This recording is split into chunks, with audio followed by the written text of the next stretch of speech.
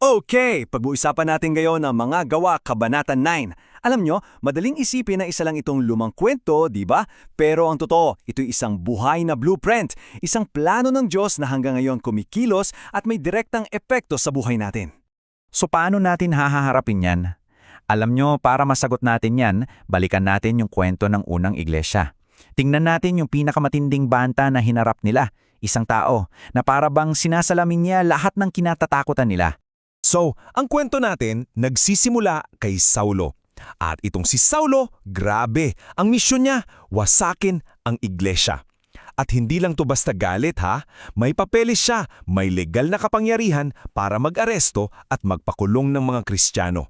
Kaya sa isip ng marami, game over na. Siya na ang katapusan ng lahat ng ito. Pero alam nyo, doon sa daan patungong Damasco, sa mismong kasagsagan ng kanyang kapangyarihan, yung mga ngaso, biglang may humarang sa kanya. At hindi basta-basta ang humarang. Imagine niyo to. Biglang may nakakasilaw na liwanag mula sa langit. At isang tinig na parang tumatagos hanggang sa kaluluwa mo. Dito mismo, sinabi ni Kristo ang isang katotohanan na, grabe, yumanig sa lahat. Pag inaatake mo ang mga alagad ko, ang iglesia, ako mismo ang inaatake mo. At ito yung nakakagulat, di ba? Yung pagbabago hindi pa unti-unti. Biglaan, radikal, isang 180-degree turn. Isipin nyo, yung dating tagawasak, siya na ngayon ang nagtatayo. Yung pinakamatinding kaaway, siya na yung naging pinakamalakas na asset. Alam nyo, hindi lang ito simpleng, nagbago na ako ng isip. Hindi, may proseso.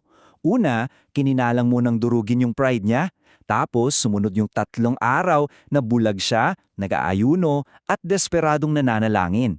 At doon pa lang, pagkatapos ng pagsuko niya, doon siya tinawag at binigyan ng bagong kapangyarihan at bagong misyon.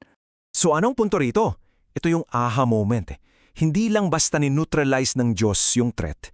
Hindi niya lang pinigilan si Saulo.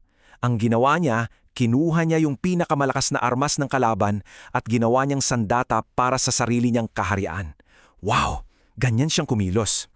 Okay, so habang nangyayari lahat ng yan, yung high drama conversion ni Saulo, huwag nating kalimutan na yung parehong espiritu tahimik ding kumikilos sa ibang lugar, sa buhay ng mga ordinaryong tao. So anong nangyari nung yung number 1 na taga-usig ay naging tagapagtatanggol na? Ang resulta? Kapayapaan. At hindi lang yon, lumago yung iglesia. Dito natin makikita yung ripple effect, di ba? Isang pagkilos lang ng Diyos, pero ang epekto malawakan.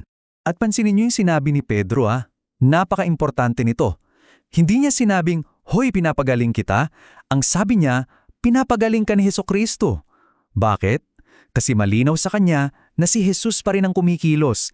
Ipinagpapatuloy lang ni Jesus yung ginagawa niya, pero this time, gamit niya yung mga kamay at bibig ni Pedro. At ito, isa pang magandang example ng pagsaksi na hindi kailangan ng mikropono o entablado. Si Dorcas, yung buhay niya ng pagtutulong sa kapwa, yun na mismo ang sermon niya. Yun na yung patotoo niya. Ito, para sa atin, yung tunay na diwa ng bayanihan. Hindi lang yung dahil mabait ka, kundi dahil yung espiritu mismo ang nagpapakilos sa'yo para tumulong. So nung namatay si Dorcas, anong nangyari? Dito na naman natin nakita si Jesus in action, di ba? Yung parehong kapangyarihan na bumuhay kay Lazaro mula sa patay, yun din yung dumaloy kay Pedro. Nanalangin siya, tapos simpleng utos lang, Tabita, bumangon ka. At bumalik ang buhay. Grabe. So anong ibig sabihin ng lahat ng to para sa atin ngayon? Simple lang. Ang mga gawa Kabanata 9, binibigyan tayo ng malinaw na blueprint, isang plano kung paano talaga kumikilos ang espiritu para palawakin ang kaharian ng Diyos. Ganito yan para mas madaling maintindihan. Kung yung aklat ni Lucas ay tungkol sa mga sinimulang gawin at ituro ni Jesus nung nandito pa siya sa lupa, well, yung aklat ng mga gawa, tungkol naman yan sa mga patuloy niyang ginagawa at inituturo ngayon. Paano? Sa pamamagitan natin ng iglesia. Tayo mismo ang pagpapatuloy ng kwento. At ito, pakiusap, pakinggan yung mabuti, ito ang pinaka-critical na bahagi. Lahat ng mga himalang yan, lahat ng mga pagbabagong yan, hindi yan galing sa magandang strategiya. Hindi yan galing sa A+ na church program o social activism. Hindi. Iisa lang ang pinagmulan yan. Panalangin, pagluhod, at yung matapang na pagsunod sa sinasabi ng Espiritu. Kaya, itong kwentong to, hindi lang ito para sa history books. Para sa atin to. Ito'y isang direktang hamon at paanyaya para sa bawat isa sa atin ngayon. Isipin niyo ulit yung sinabi ng Panginoon kay Ananias tungkol kay Saulo, yung taong gustong pumatay sa kanya. Pinili kong instrumento ang taong yan.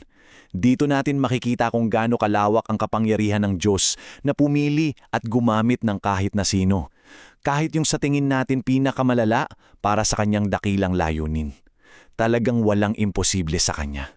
So para sa atin, anong ibig sabihin nito? Ito yung panawagan.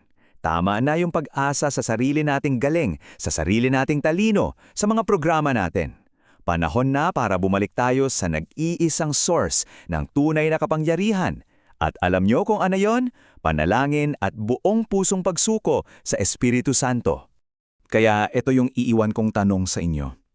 Yung paglawak ng kaharaan ng Diyos, hindi yan mapipigilan. Ang tanong, anong parte mo doon? Kasi bawat isa sa atin may papel na gagampanan at tandaan natin, hindi ito nagsisimula sa pagkilos, nagsisimula ito sa pagluhod. So ang hamon, magtayo tayo ng mga altar ng panalangin sa buhay natin, maghintay tayo sa pagkilos ng Espiritu at maging yung klase ng mga saksi na hinding-hindi kayang patahimikin ng kahit sino.